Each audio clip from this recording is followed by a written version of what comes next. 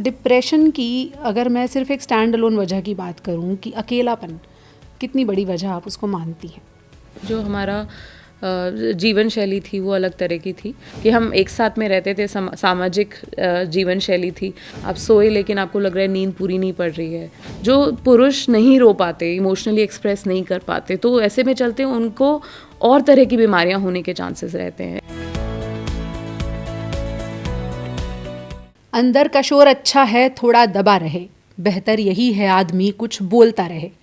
किसी शायर ने जब ये 2 लाइनें लिखी थी तब सोचा नहीं होगा कि एक समय में भारत जैसे देश में अकेलापन और उससे उपजा डिप्रेशन इतनी बड़ी वजह हो जाएगी कि ये शेर एक नसीहत के तौर पर कहा जाएगा कि बेहतर यही है आदमी कुछ बोलता रहे। आज बहुत सारे लोगों के पास बातें करने के लिए कोई नहीं है और उसी से पनप रही हैं बहुत सारी समस्याएं। साइकोलॉजिकल प्रॉब्लम्स का स्पेक्ट्रम बहुत बड़ा है, लेकिन आज हम बात करेंगे वर्क प्लेस स्ट्रेस की। हाल ही में वर्क प्लेस स्ट्रेस से जुड़े बहुत से मामले चर्चा में रहे हैं। कहीं सुसाइड सुनने को मिला, कहीं नौकरी छोड़ने के बाद आत्महत्या की गई, कहीं नौकरी पर रहते हुए किसी की जान चली गई। ऐसी समस्याएं बहुत सुनने को मिली। हमारे साथ डॉक्टर स्नेहा शर्मा हैं जो कि साइकेट्रिस्ट हैं, आकाश हेल्थ केयर से जुड़ी हुई हैं, और उनसे समझेंगे कि कब ज़्यादा बोलना परेशानी है और कब बेहद चुप रहना भी एक परेशानी हो जाती है। भारत का डेटा ये कहता है कि भारत में 14% पुरुषों को ही डिप्रेशन है, यानी 14% पुरुष ऐसे हैं जो किसी न किसी मानसिक बीमारी से, खास तौर पर डिप्रेशन से जूझ रहे हैं। डॉक्टर स्नेहा, डिप्रेशन की अगर मैं सिर्फ एक स्टैंड अलोन वजह की बात करूं कि अकेलापन कितनी बड़ी वजह आप उसको मानती हैं? देखिए, पहले डिप्रेशन का ये एक जो कारण है वो इतना नहीं एग्जिस्ट करता था, क्योंकि जो हमारा जीवन शैली थी वो अलग तरह की थी। लेकिन धीरे धीरे बदलाव आ रहा है और अकेलापन बढ़ता जा रहा है। उसके कारण बहुत हैं। जो फैमिली का स्ट्रक्चर होता था पहले, जॉइंट होता था, कम्युनिटी का भी एक सेंस होता था, लोग आस पड़ोस में नेबर्स को जानते थे, बातचीत करते थे, घर से निकलते थे, त्योहारों पे मिलना जुलना बहुत रहता था आपस में। तो उसके चलते डेफिनेटली ऐसा हो रहा है कि अब लोग अकेला बहुत महसूस कर रहे हैं। एंड आई थिंक ये एक ऐसी प्रॉब्लम है जो हाल ही में ऐसे लोगों में ज़्यादा देखने को मिलती है जो वर्क प्लेस से रिटायर हो रहे हैं। तो बिकॉज़ हम वर्क प्लेस स्ट्रेस के रिगार्डिंग बात कर रहे हैं और वो हमारा मेन, तो जो लोग रिटायरमेंट एज के बाद, जिनका एक था कि एक सोशल नेटवर्क भी बना हुआ था, सर्कल भी बना हुआ था काम के चलते, फिर एकदम से वो जब काम छूटता है तो वो नहीं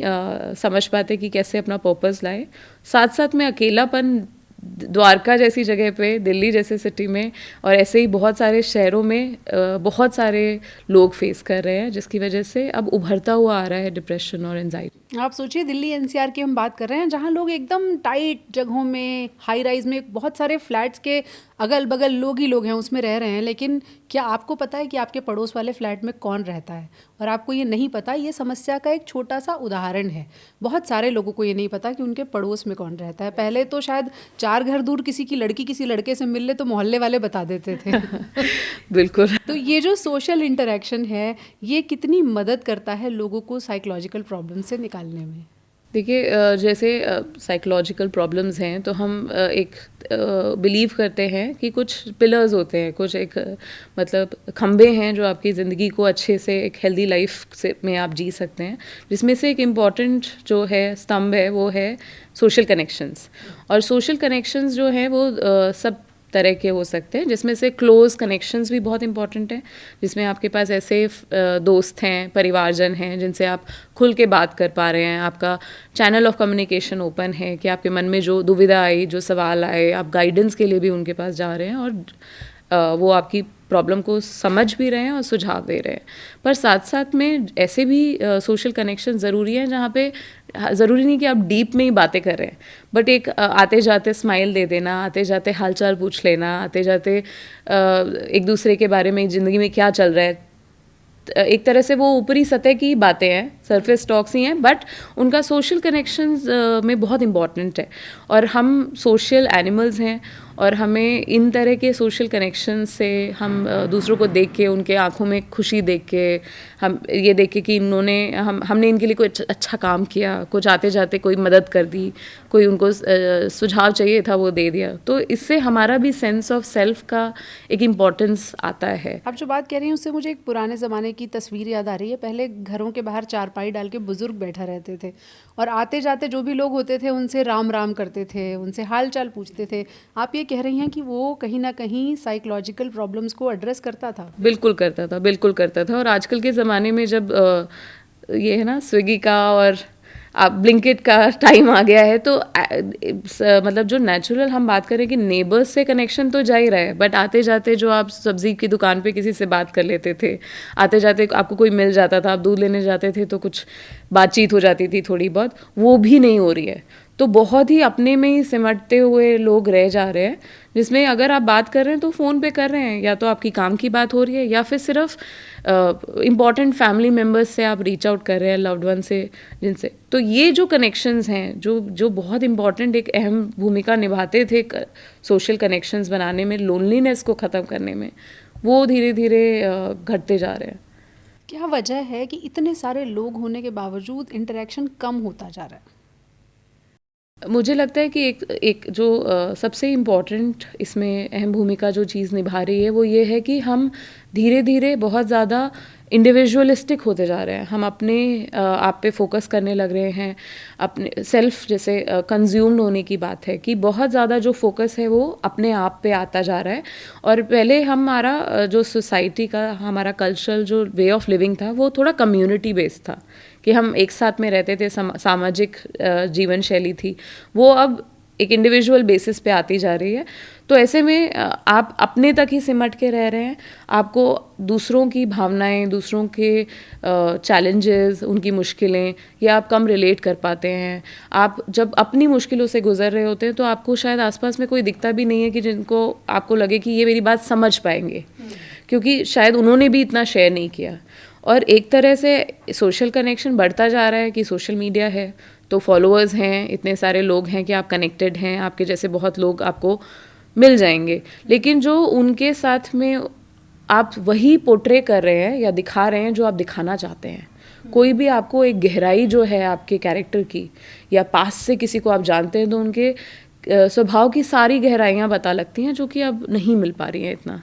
इस बात से एक लेसन ये मिलता है कि आपको ये समझने की बहुत ज़रूरत है आपके रील वाले फ्रेंड्स कितने हैं और रियल वाले फ्रेंड्स कितने हैं। बात क्योंकि वर्क प्लेस स्ट्रेस की हो रही है डॉक्टर स्नेहा, तो कहीं ना कहीं कुछ लोग होते हैं जो वर्क प्लेस स्ट्रेस से अफेक्ट होते हैं सेम ऑफिस एनवायरनमेंट में, कुछ लोग होते हैं जो नहीं होते हैं। ऐसा क्यों होता है? क्या उसके पीछे आपका जो पास्ट लाइफ है वो कहीं ना कहीं होती है, या वो अलग अलग पर्सनैलिटीज़ ही हैं? इसमें कई तरह के फैक्टर्स हैं जो रोल प्ले करते हैं। एक जो सबसे मुझे लगता है अहम भूमिका है, वो ये है कि कई बार जो लोग ऑफिस में आ रहे हैं उनके पीछे में इनविजिबल सपोर्ट कितना है, वो बहुत मैटर करता है।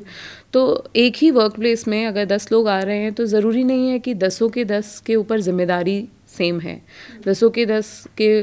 फाइनेंशियल मीन्स सेम है। तो अगर आप सब 10 लोग एक ऑफिस में बराबर इनकम कमा रहे हैं तो सभी के खर्चे भी ज़रूरी नहीं है कि सेम है। सबके माँ बाप का देख रेख करने की जिम्मेदारी शायद ना पड़े, किसी पे पड़े, किसी के लंबी बीमारियों के खर्चे हों। तो एक एस्पेक्ट आ जाता है कि जो स्ट्रेस है वो सबकी लाइफ में जो हमें दिख रहा है वर्क प्लेस का, वो सिर्फ उतना ही नहीं है, उसके पीछे की भी एक स्टोरी हर इंडिविजुअल की अपनी रहती है। तो उसी के साथ साथ में अगर मान लीजिए जिम्मेदारियां आप पे ज़्यादा हैं तो कोई साथ में संभालने वाला है तो उसका फ़ायदा होता है। अगर यहाँ पे मैं जेंडर का डिफरेंस लेके आऊँगी कि ओके वर्क प्लेस पे अगर हम देखेंगे तो ये चीज़ इसको देखने में, समझने में बहुत काम आएगी कि अगर आप कोई महिला हैं जो कि ऑफिस में 8 घंटे दे रही हैं, तो ज़्यादातर हमारे अगर हम भारतीय कल्चर को देखें तो उसमें के हिसाब से घर पे भी आके शायद उनको जिम्मेदारियां घर की, खाने पीने की संभालनी होगी। तो ऐसे में अगर उनको सोने का वक्त कम मिल रहा है या अपना सेल्फ केयर का वक्त कम मिल रहा है, क्योंकि वो 24 घंटे में से ही 8 घंटे निकल गए काम के, फिर जिम्मेदारियों के, तो कहीं ना कहीं ऐसा इंसान जिस पे वो स्ट्रेस, नंबर ऑफ जो स्ट्रेसर्स हैं वो ज़्यादा हैं, उनको चैलेंज ज़्यादा आएगा।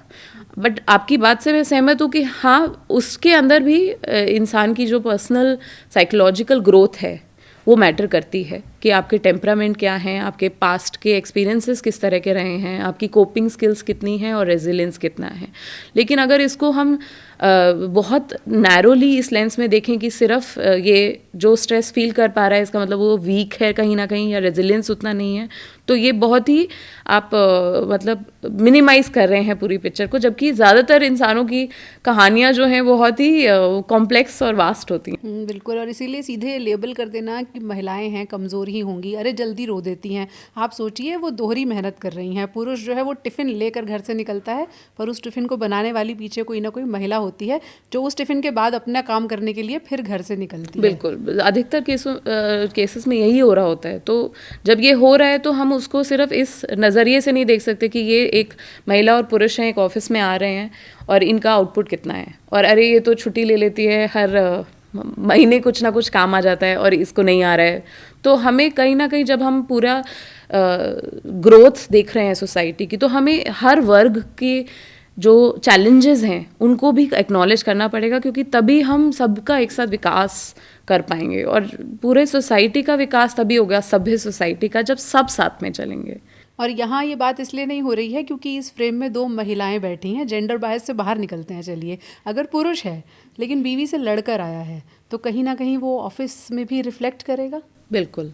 और मुझे लगता है कि हम जब जेंडर बायस की बात कर रहे हैं तो ऐसा नहीं है कि सिर्फ महिलाओं के ही पक्ष में हम जाएंगे। हम इस बारे में भी बात कर सकते हैं कि स्पेशली मानसिक बीमारियों को लेके या मानसिक स्ट्रेस को लेके पुरुषों के अंदर भी अलग तरह का दिक्कतें देखने को आती हैं। जैसे उनके ऊपर एक अनसेट बर्डन होता है कमाने का, एक्सपेक्टेशंस मीट करने का। अगर कहीं ना कहीं किसी घर में फाइनेंशियल चैलेंज आ रहा है तो वो पुरुष के ऊपर ज़्यादा भार आएगा महिला के, सोसाइटी जिस नज़रिए से देखेगी उसको। और ऐसे ही अगर हम देखें कि जो इमोशनल एक्सप्रेशन है, और मतलब लड़कियां और औरतें बदनाम है कि आसानी से रो देती हैं, बट रोना गलत नहीं है, एक आउटलेट मिल रहा है आपके इमोशंस को। जो पुरुष नहीं रो पाते, इमोशनली एक्सप्रेस नहीं कर पाते, तो ऐसे में चलते हैं उनको और तरह की बीमारियां होने के चांसेस रहते हैं। ऐसे में जो सब्सटेंस यूज़ है, अब्यूज़ का है, नशीले पदार्थ का, गुस्सा, आक्रोश, इन सब की जो दिक्कतें आती हैं वो पुरुषों में ज़्यादा पाई जाती हैं। अगर हम देखें कि डिप्रेशन भी मेल्स में, वैसे तो फीमेल्स में नंबर वाइज ज़्यादा है, बट मेल्स ज़्यादा प्रोन होते हैं कि एक्सट्रीम में चले जाएं, नेगेटिव थॉट्स आने के बाद हेल्प ना लें। इसकी वजह से जो सुसाइड के केसेस हैं, वैसे तो ये बहुत सेंसिटिव टॉपिक है, बट सुसाइड के केसेस अगर हम देखेंगे तो मेल्स में नंबर ज़्यादा होता है। और कारण यही है कि वो एक बर्डन जो है वो कहीं ना कहीं अनफेयर है, और उसका वजह से सफ़र दोनों ही जो वर्ग है। हाँ, मतलब आप ये कह रहे हैं थोड़ा रो लेना चाहिए। बिल्कुल, जब आप मुश्किल से जा रहे हैं, परेशान हो रहे हैं, जैसे खुशी होना अलाउड है ना, उसी तरह रोना भी चाहिए और अपना दुख भी निकालना चाहिए। और ये एक्सपेक्टेशन किसी से नहीं रहनी चाहिए कि नहीं, रो नहीं सकते। मुझे लगता है कि हम किसी को अगर अच्छे से सपोर्ट करना चाहते हैं तो हमें एक सेफ स्पेस क्रिएट करनी चाहिए जहाँ पे जब मन भारी हो तो इंसान हल्का सा रो भी सके, परेशान भी हो सके, खुल के बात भी कर सके। वर्क प्लेस स्ट्रेस है या फिर घर में स्ट्रेस है, कोई क्या ऐसे सिम्टम्स हैं कि हम ये सोचें कि हाँ ये उस डिप्रेशन की तरफ या उस स्ट्रेस की तरफ जा रहे हैं जहाँ इन्हें क्लिनिकल हेल्प की ज़रूरत है, या ये नॉर्मल डे टू डे का स्ट्रेस है, ये डिप्रेशन नहीं है? देखिए, डिप्रेशन को बहुत ज़्यादा लोग कंफ्यूज कर जाते हैं उदासी से, और लोगों को लगता है कि उदास रहना या परेशान रहना ही डिप्रेशन है। लेकिन ऐसा नहीं है। उदास रहना, परेशान रहना वो एक सिचुएशनल चीज़ हो सकती है कि आप किसी चैलेंज को फेस कर रहे हैं, कुछ दुविधा वाली चीज़ चल रही है, तो आपका एक इमोशनल रिएक्शन आया। लेकिन अगर डिप्रेशन है तो वो एक क्लिनिकल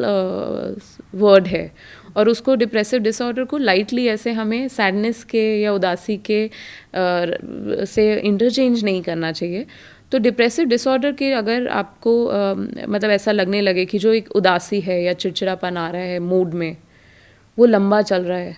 वो बिना किसी ज़्यादातर वक्त, ज़्यादातर समय, चाहते हुए भी ना चाहते हुए भी आप उसी मूड में हैं, आप अपनी तरफ से कोशिश कर रहे हैं कि उस तरह के माइंडसेट से निकलें, आप अपनी तरफ से जो चीज़ें आप इंजॉय करते थे पहले, जिससे आपको खुशी मिलती थी, वो सारा आप करने की कोशिश कर रहे हैं, आप नहीं कर पा रहे हैं। एक अजीब सी थकावट या दिन भर रहती है कि आप फिज़िकली फिट होने के बावजूद आपको लगता है कि एनर्जी सी नहीं है, आप सोए लेकिन आपको लग रहा है नींद पूरी नहीं पड़ रही है, तब भी मन नहीं है कि उठें, मन नहीं है कि दिन स्टार्ट करें, कुछ भी काम करने की इच्छा नहीं करना, ये तो हमें रोज लगता है सोते रहें। सोते रहें। नहीं मैम, कहीं ना कहीं अगर ऐसा लग रहा है सोते रहें तो नींद पूरी नहीं हो रही बट डिप्रेशन तभी होगा जब ऐसा नहीं है कि इनमें से एक सिम्टम है तभी हम डिप्रेशन बोलेंगे। ये एक कॉम्प्लेक्स मतलब कंडीशन है, तो क्लिनिकली अगर इनमें से कुछ सिम्टम्स आप फील कर रहे हैं जो लंबे टाइम तक चल रहे हैं और इसी के साथ साथ एक नेगेटिव थॉट्स आना, तो वो नेगेटिव थॉट्स में जैसे फ्यूचर बेकार लगना या ऐसा लगना कि पास्ट में बहुत गलत कुछ हो गया, या फिर आपको कोई होप नहीं दिखना, कुछ रास्ता नहीं समझ आना, एक्सट्रीम केसेस में लगना कि जीने का कोई मकसद नहीं है, क्या पॉइंट है, या इस तरह के विचार आना कि आप अपनी ज़िंदगी ख़त्म करना चाहते हैं, तो ये सब लक्षण हो सकते हैं डिप्रेशन के। और ज़रूरी है कि आप इस चीज़ को एक बार किसी मेंटल हेल्थ प्रोफेशनल को रीच आउट करिए, आप उनसे सलाह लीजिए, समझिए, और अगर ये डिप्रेशन है तो बिल्कुल इलाज मुमकिन है उस चीज़ का, और आप सपोर्ट लेंगे तो आपको आप या आपके लव्ड वन मतलब निजात भी पा सकते हैं उस चीज़ से। बिल्कुल, ये तो जाहिर सी बात है कि जब कोई डॉक्टर के पास पहुंचेंगे तो उनका क्लिनिकल असेसमेंट होगा, काउंसलिंग होगी, ज़रूरत के हिसाब से दवाएं दी जाएंगी। लेकिन अगर डिप्रेशन को, जैसे आपने वार्निंग साइंस बताए, उसके हिसाब से पहचान लिया, तो क्या वो इंसान कर सकता है या उसके आसपास के लोग कर सकते हैं जिससे उसका जो एनवायरनमेंट है वो उसे बेहतर करने में मदद करे? देखिए, डिप्रेशन अगर ऐसा है कि किसी को बहुत लंबे टाइम से लग रहा है कि मन मतलब परेशानी है या चिड़चिड़ापन है या गुस्सा है जो लंबा है, चले जा रहा है, कुछ टाइम के लिए मन ठीक होता है फिर से उदास लगने लगता है, तो ऐसी चीज़ें अगर होने लग रही हैं तो ज़्यादातर इलनेस आ चुकी है। मतलब हम जब किसी भी चीज़ बीमारी की बात करते हैं तो हम या तो प्रिवेंशन पे काम करते हैं कि वो चीज़ ना हो और कैसे होने से रोकी जा सकती है, और दूसरा है कि अगर बीमारी हो गई तो क्या स्टेप्स हम उठा सकते हैं कि वो बीमारी सही समय पर पकड़ी जा सके और ठीक हो पाए। तो अगर कुछ बीमारी के लक्षण आ रहे हैं तो ऐसे में ज़रूरी है कि या तो आप डॉक्टर के पास जाएं, अगर ज़रूरत डॉक्टर को लगा तो आपको बताएंगे कि ज़रूरत है मेडिसिन की, नहीं है, नहीं तो थेरेपी की या काउंसलिंग का आप सपोर्ट ले सकते हैं। काउंसलिंग या थेरेपी का सपोर्ट सिर्फ तभी लेना कि जब आप डिप्रेशन में हैं, ज़रूरी नहीं है। कई बार अगर आप स्ट्रेस से डील कर रहे हैं या आप चैलेंजेस हैं लाइफ में, ज़रूरी नहीं है कि वो बीमारी ही हुई हो, बट एक नॉर्मल चैलेंज आ रहा है जो आप फेस कर रहे हैं, तो उस वक्त भी आप काउंसलिंग का सपोर्ट ले सकते हैं। तो ये तो कुछ तरीके हो गए कि आप मेंटल हेल्थ प्रोफेशनल के पास जा रहे हैं, लेकिन आप अपने लेवल पे भी बहुत चीज़ें कर सकते हैं। एक उनमें से एक इम्पॉर्टेंट है कि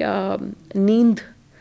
जो कि बहुत इम्पॉर्टेंट है उसको पूरा करना, उसकी इम्पॉर्टेंस को रियलाइज़ करना, पूरा टाइम लेना कि आप अच्छे से सो पाएँ। साथ साथ में अपना जो खाना है उसको न्यूट्रिशियस जितना हो सके उतना कोशिश करिए कि वो हेल्दी है, न्यूट्रिशियस है, आपके सारे विटामिन रिक्वायरमेंट्स उससे मीट हो रहे हैं। साथ में फ़िज़िकल एक्टिविटी का या शारीरिक व्यायाम का बहुत ज़्यादा रोल है इसमें, क्योंकि अगर आपको माइल्ड सिम्टम्स हैं तो भी ये चीज़ें उसे ठीक करने में मदद करती हैं। क्या ऐसा एक्सरसाइज करती है कि वो रिकमेंड की जाती है कि अगर आप साइकोलॉजिकली परेशानियों से जूझ रहे हैं तो एक्सरसाइज ज़रूर करें? क्या होता है उससे? एक जो मेन चीज़ उससे होती है वो ये है कि जो ब्लड में है मतलब ब्लड फ्लो है ब्रेन का वो बेटर होता है, और जब वो बेटर होता है और मूवमेंट वगैरह होती हैं तो मैसेजेस जाते हैं ब्रेन में और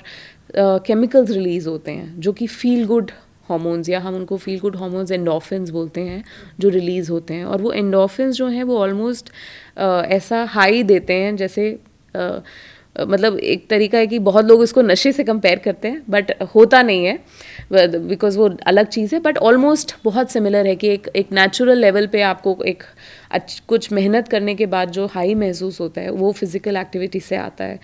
तो ब्लड फ्लो की वजह से, एंडोर्फिन्स की वजह से एक चेंज आने लगता है मूड के ऊपर, और वो मूड का चेंज है नींद बेहतर होना, एक्सरसाइज से भूख अच्छे से लगना, ये सब चेंजेस स्टार्ट होते हैं तो वो एक बॉडी नॉर्मल सी की तरफ लौटने लगती है। तो ये कह सकते हैं कि एक्सरसाइज एक सेहतमंद नशा है अगर आपको उससे फ़ायदा हो रहा है तो।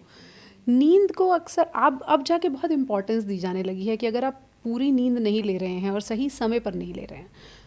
तो क्या ऐसा होता है भरपूर सोने से, और क्या नींद का कोई सही समय तरीका भी होना चाहिए? नींद को एक फोकस जो है वो बीच में हट गया था, क्योंकि जो एक कल्चर आने लगा था कि आपको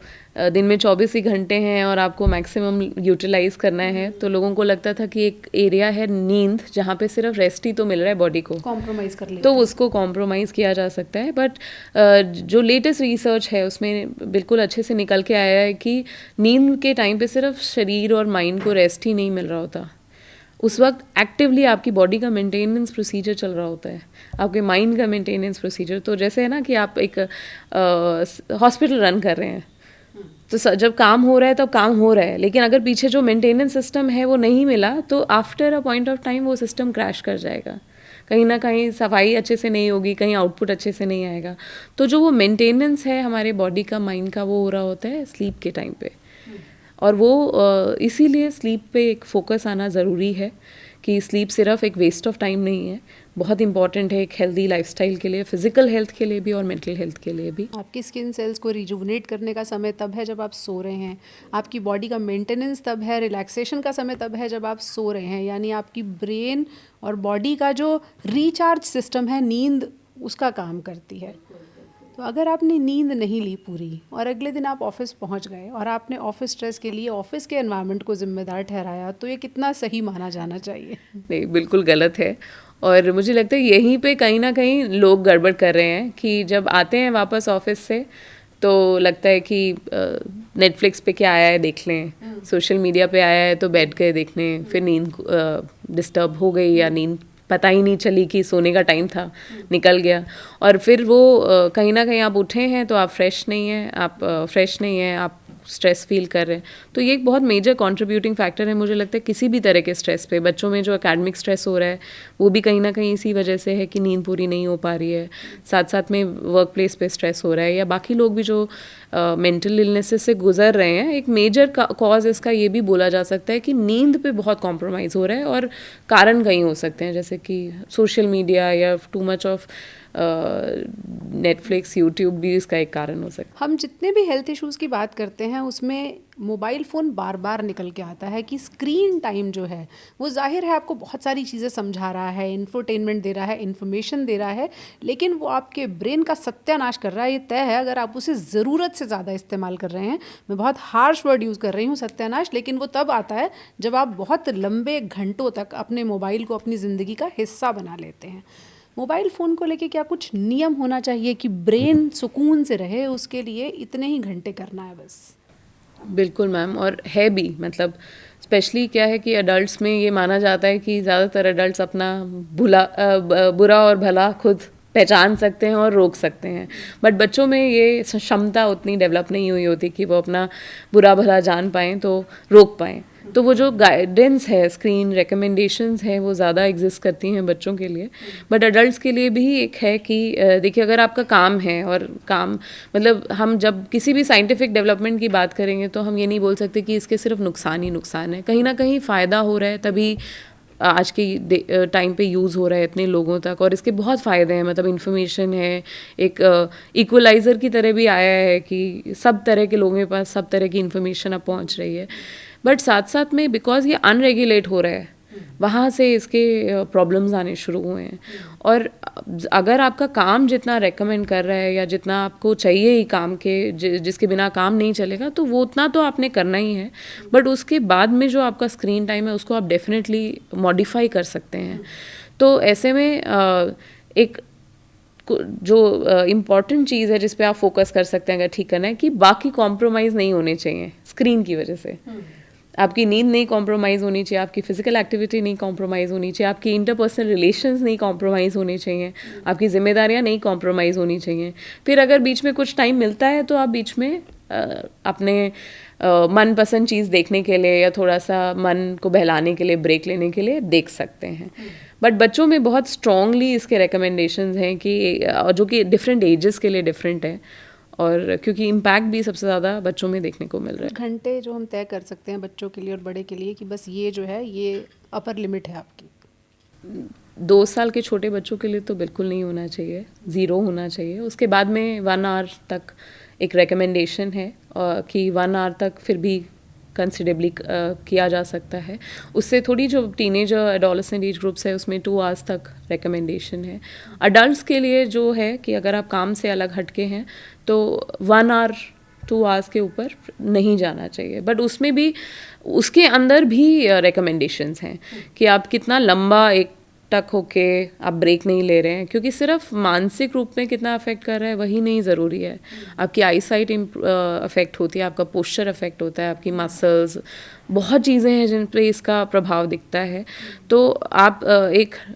इसको पकड़ के बैठ जाना कि 1 आवर इज़ रेकमेंडेड गलत होगा, क्योंकि आपको कहीं ना कहीं समझना होगा कि इम्पैक्ट कितना इस चीज़ का आ रहा है, कितना आप अलाउ कर सकते हैं। जिसके पास ज़्यादा टाइम है मे बी वो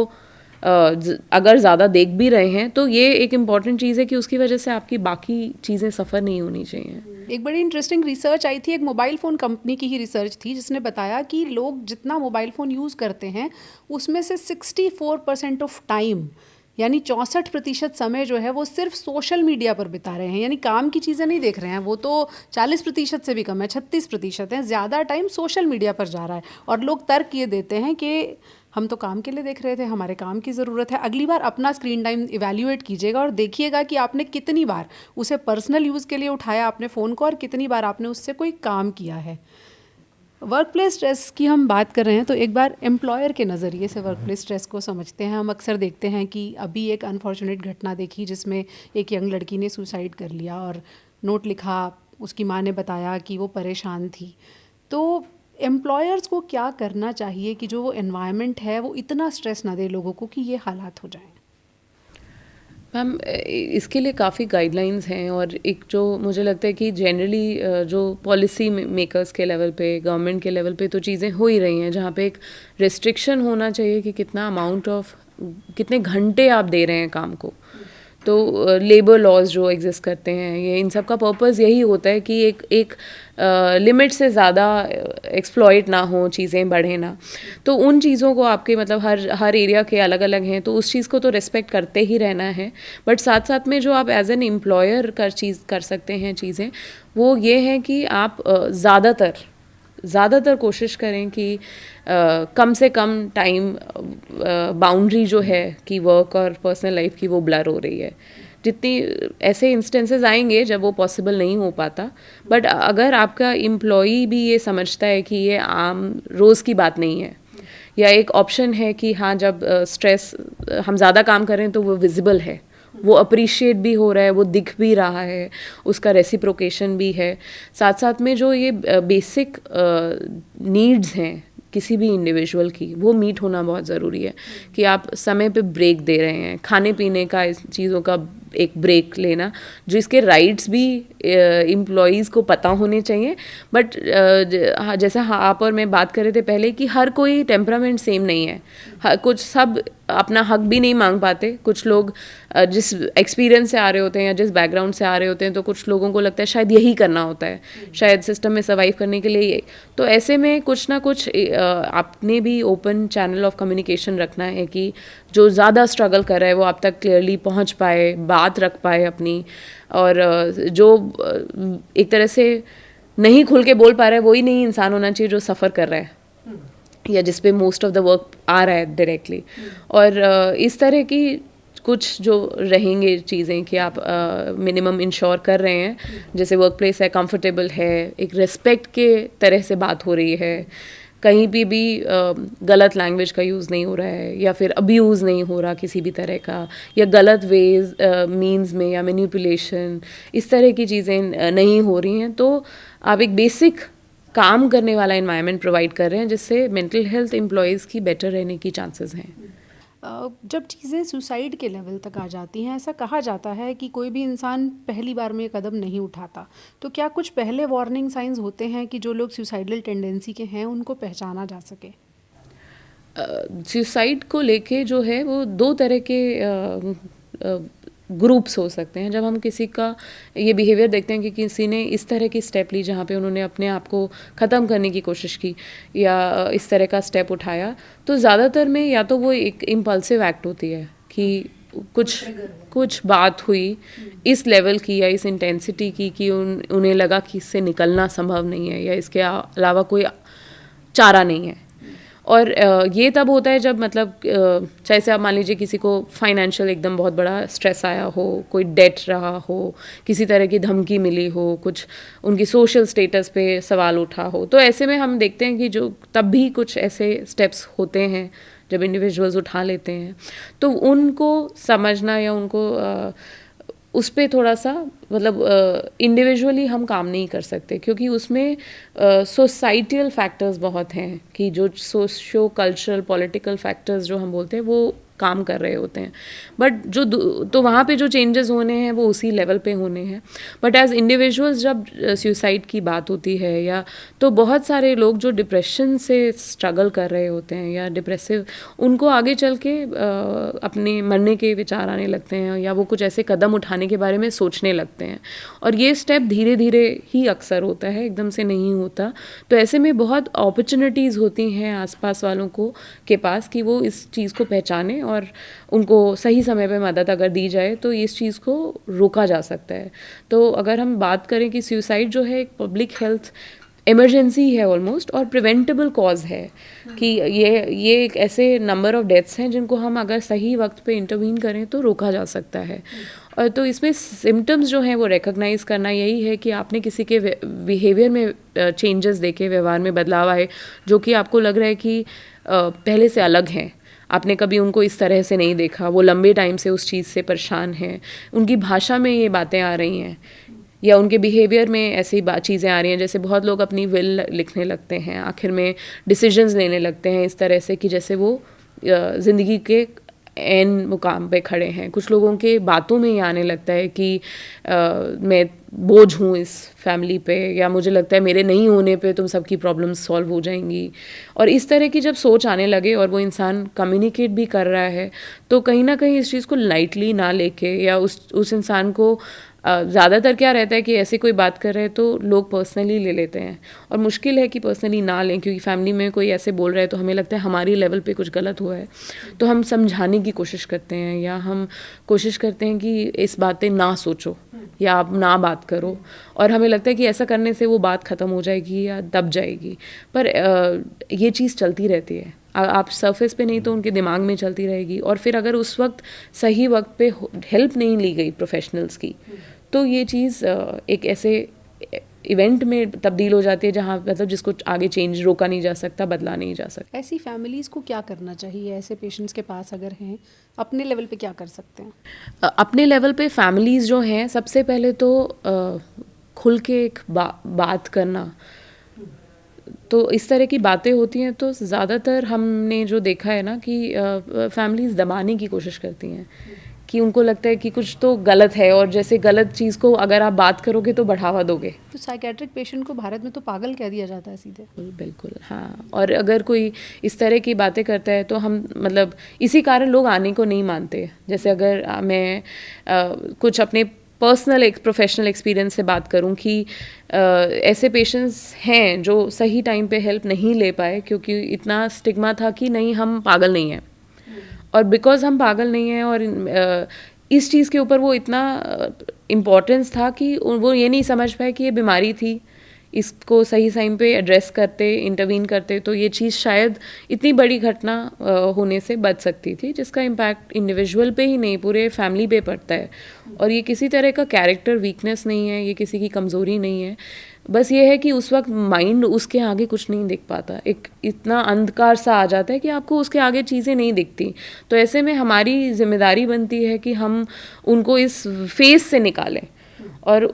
सिर्फ अनदेखा करने से वो बदल नहीं जाएगा। बिल्कुल डॉक्टर स्नेहा ने कहा जैसे एक सुसाइड के पीछे 25 फेल्ड अटेम्प्ट होते हैं, यानी कितनी बार जो परेशान है इंसान वो सिग्नल्स देता है, वो अपनी बातों में या अपने एक्ट के ज़रिए बताता है कि उसे मदद की ज़रूरत है। आपने ये भी कहा कि ये प्रिवेंटेबल है, तो कैसे जो इंसान उस पॉइंट तक पहुंच चुका है कि अब मरने के बारे में सोच रहा है, परिवार का रोल आपने बताया, कैसे उसको मेडिकली रोका जा सकता है?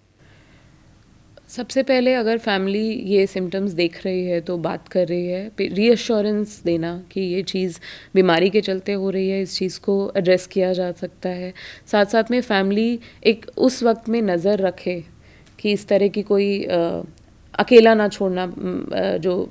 इस तरह के विचार जिसको आ रहे हैं उसको अकेला ना छोड़ें, उसके आसपास में ऐसी चीज़ें ना रखें कि वो जो इमीडिएटली लीथल हो सकती हैं। आप जितना हो सके चीज़ों को दूर करें। अगर आपको लग रहा है कि और उनको मतलब आप समझा सकते हैं कि ये बीमारी है, एक बार डॉक्टर की सलाह लेने में कुछ नहीं जा रहा। जबकि ज़्यादातर डिप्रेशन में जब इस स्टेज पे पहुंच जाता है तो लोगों को लगता है कि कोई मदद नहीं कर पाएगा। मुझे पता है कितना क्लियरली कि मैं किस तरह के प्रॉब्लम में हूँ और ये बीमारी नहीं है। तो इंसाइट भी नहीं होता ज़्यादातर सिचुएशंस में इसमें, बट ऐसे में उनको रीअश्योर करना कि एक बार चल लेते हैं, बात कर लेते हैं, क्या पता कुछ हल निकल आए। क्योंकि मुझे लगता है हम एज प्रोफेशनल्स ट्रेंड होते हैं कि उस चीज़ को कैसे हैंडल करना है। तो एक जो अगर ये गैप कवर हो पाए कि हम तक पहुँच पाएँ, तो एक राइट काइंड ऑफ सपोर्ट मिलना। अगर सिवियर केसेस हैं मतलब और हमें लग रहा है तो ऐसे में एडमिशन बहुत ज़रूरी हो जाता है, क्योंकि घर पे शायद आप उतना अच्छे से मैनेज ना कर पाएँ जितना सपोर्ट एक हॉस्पिटल एनवायरनमेंट में इंडिविजुअल को मिल पाएगा। तो ये कुछ चीज़ें हैं जो इंडिविजुअली आप कर सकते हैं एज फैमिली मेम्बर्स, अपनी किसी के लिए भी जो आसपास में ऐसे थॉट्स जिनको आ रहे हैं। और सुसाइड हेल्पलाइंस वगैरह भी एग्जिस्ट करती हैं इंडिया में, और कुछ मतलब आप इन पे रीच आउट कर सकते हैं, आप सपोर्ट एटलीस्ट ढूंढ सकते हैं, उनसे बातचीत करना शुरू कर सकते हैं, फिर कहीं ना कहीं शायद कुछ रास्ता निकल के आएगा। साइकेट्रिक इलनेस के मामले में एक ये भी अवधारणा है कि दवाएं जो होती हैं वो एडिक्शन की तरफ ले जाती हैं, आपको उनकी आदत पड़ जाती है, उनसे नशे वाली फीलिंग आती है। आप किस तरह से देखती हैं? देखिए, ये एक आपने सही बोला कि ये गलत धारणा है लोगों के बीच में, और ज़्यादातर लोग जिनको हम दवाई रेकमेंड करते हैं उनका पहला सवाल यही होता है कि क्या इसकी आदत पड़ जाएगी, इसकी लत तो नहीं पड़ेगी। ये सवाल इस तरह से ठीक है कि हाँ, पहले शायद जो दवाइयाँ हैं उनका मिसयूज़ इतना रहा है, और हम कॉमनली देखते हैं कि जो दवाई हैं बिकॉज़ राइट वे में प्रिस्क्राइब नहीं होती, तो वो कुछ ऐसी दवाइयाँ भी हैं जो बिना आप गाइडेंस के अगर आप लेते रहेंगे लंबे टाइम तक तो लत पड़ सकती है। लेकिन जो साइकेट्रिक मेडिसिन्स हैं, अगर आप डॉक्टर के प्रिस्क्रिप्शन के हिसाब से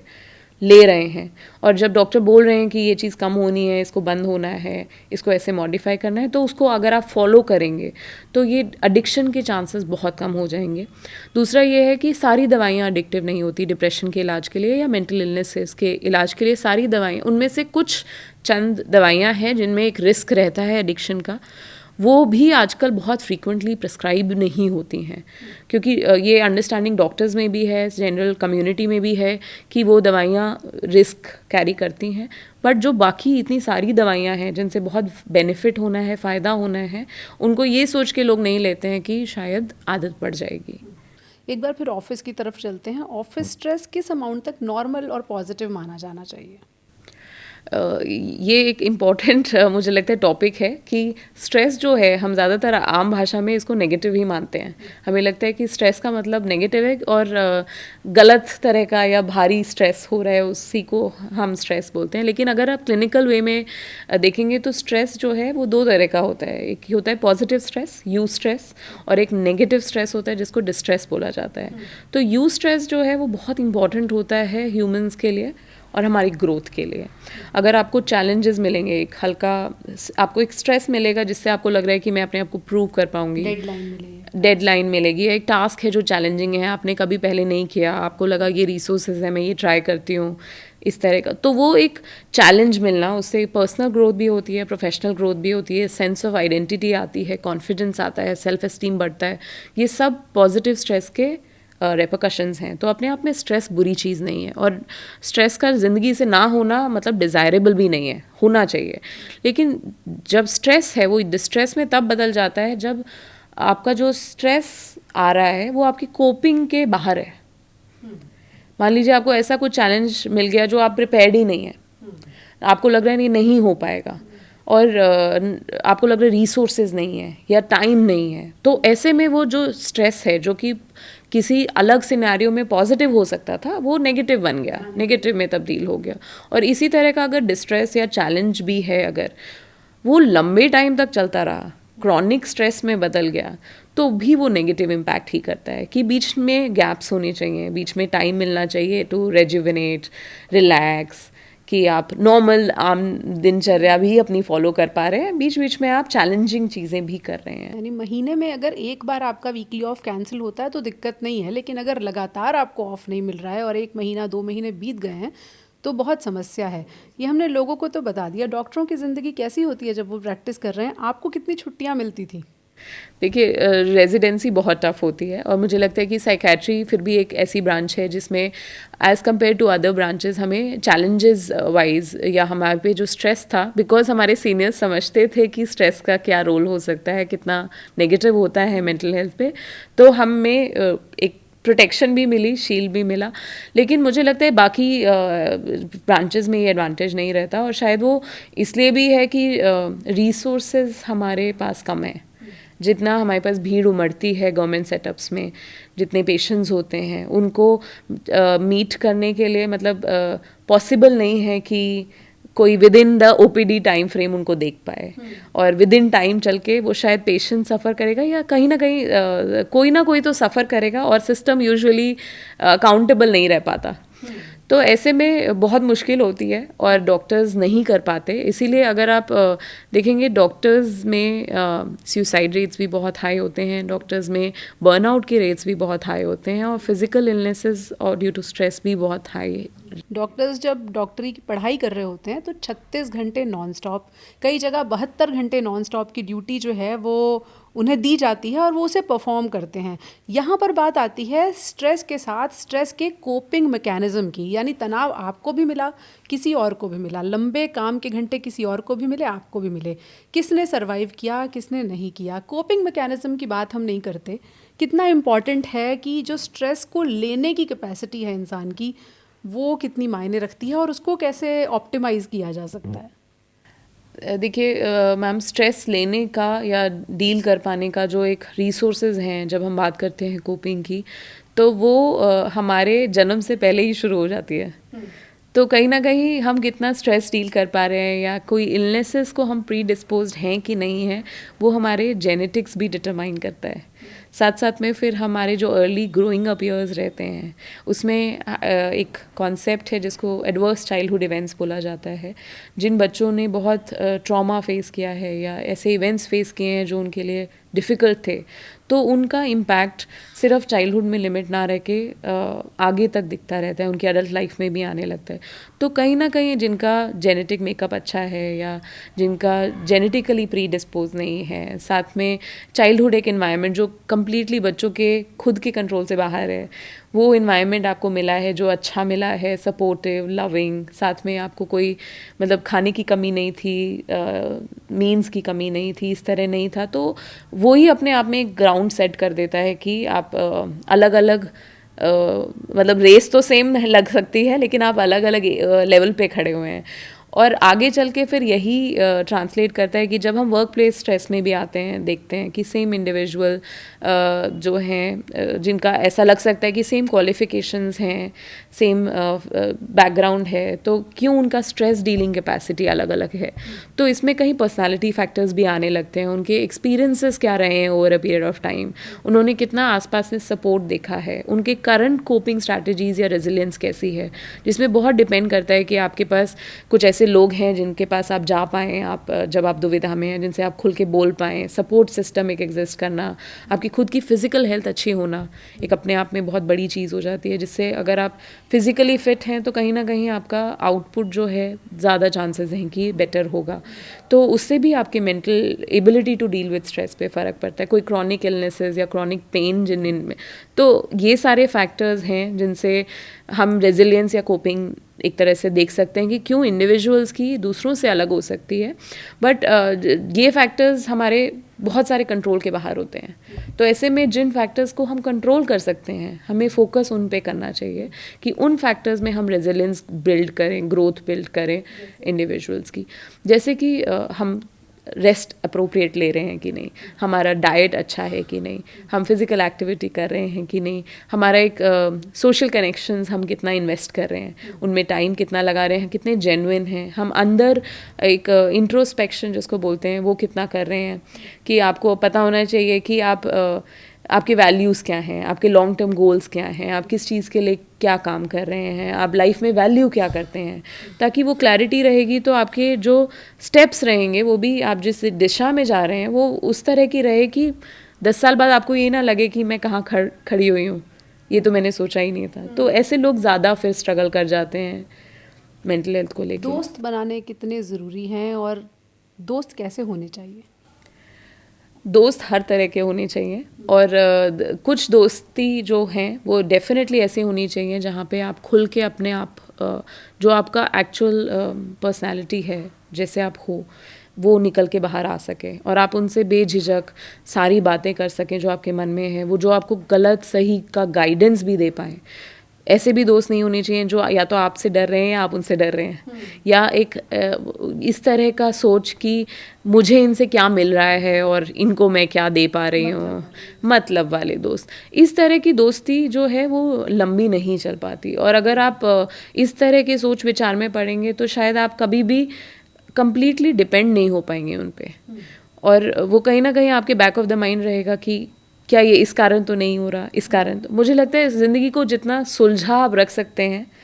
उतना सुलझा के रखना चाहिए, और ऐसे में जो कुछ चीज़ें हैं जो आप सुलझा सकते हैं वो ये कि आपके जो कनेक्शंस हैं वो ट्रांसपेरेंट, अच्छे, साफ़ सुथरे, एक दूसरे का ग्रोथ चाहने वाले, एक दूसरे का भला चाहने वाले होने चाहिए। तो ऐसे में फ्रेंडशिप्स बहुत इंपॉर्टेंट है, लेकिन इसका ये मतलब नहीं है कि सिर्फ उसी तरह की फ्रेंडशिप्स होने से ही लाइफ में मीनिंग आती है। आप वर्क प्लेस में हैं, वहाँ पे भी आपके दोस्त होने चाहिए। ज़रूरी नहीं है कि उनसे आप सब तरह की बातें कर पाएंगे, आपके घर पे क्या चल रहा है वो बता पाएंगे, बट एक बातचीत होना, वर्क प्लेस का स्ट्रेस या कॉमन अपनी चैलेंजेस डिस्कस कर पाना। तो हर लाइफ के हर फेज पे भी फ्रेंड्स होने चाहिए। फिर उसमें से कुछ कनेक्शंस ऐसे भी होने चाहिए जो लॉन्ग टर्म है, जिनको आपको पता है कि मैंने इनकी ग्रोथ देखी है, इन्होंने मेरी ग्रोथ देखी है, और मतलब लंबे टाइम से एक दूसरे को जानते हैं, तो एक कॉन्फिडेंस आता है कि आप सोशल कनेक्शंस मेंटेन कर सकते हैं, और एक पर्पस भी मिलता है कि कुछ लोग हैं जो आप पे इतना भरोसा करते हैं, आपसे इतना प्यार करते हैं कि वो आप पे इतना ट्रस्ट कर रहे हैं। इसीलिए वर्क प्लेस पर भी कहा जाता है कि चाय वाला ब्रेक, गॉसिप वाला ब्रेक वो ज़रूरी होता है, क्योंकि थोड़ी देर के लिए वो आपको वेंट देता है। हमने जितनी बातें डॉक्टर स्नेहा से की उसको अगर 2 लाइन में सम अप करें तो आधी समस्याओं का हल तो सिर्फ बातें करने से निकल आता है। इसीलिए किसी ने कहा है, बात करने से बात बढ़ती है, रोज़ बातें किया करो हमसे। यानी आपके पास कोई ना कोई ऐसा होना चाहिए जिससे आप बातें करते रहें। हो सकता है आपकी आधी समस्याओं का हल बातों बातों में निकल आए। वर्क प्लेस स्ट्रेस हो या फिर दूसरी साइकोलॉजिकल प्रॉब्लम्स, बहुत बड़ा दायरा है, लेकिन अपना कोपिंग मैकेनिज्म थोड़ा सा बढ़ाइए। जेनेटिक्स आपके हाथ में नहीं है, लेकिन दवाएं मौजूद हैं, मदद मौजूद है। जहाँ ज़रूरत हो उस मदद को लेने से झिझकिए नहीं। फिलहाल हम आपसे दोस्ती का हाथ बढ़ाते हैं। कोई भी सवाल हो तो आप हमसे भेजिए। हम डॉक्टर स्नेहा के ज़रिए आप तक उनके जवाब पहुंचाने की कोशिश करेंगे। नमस्कार।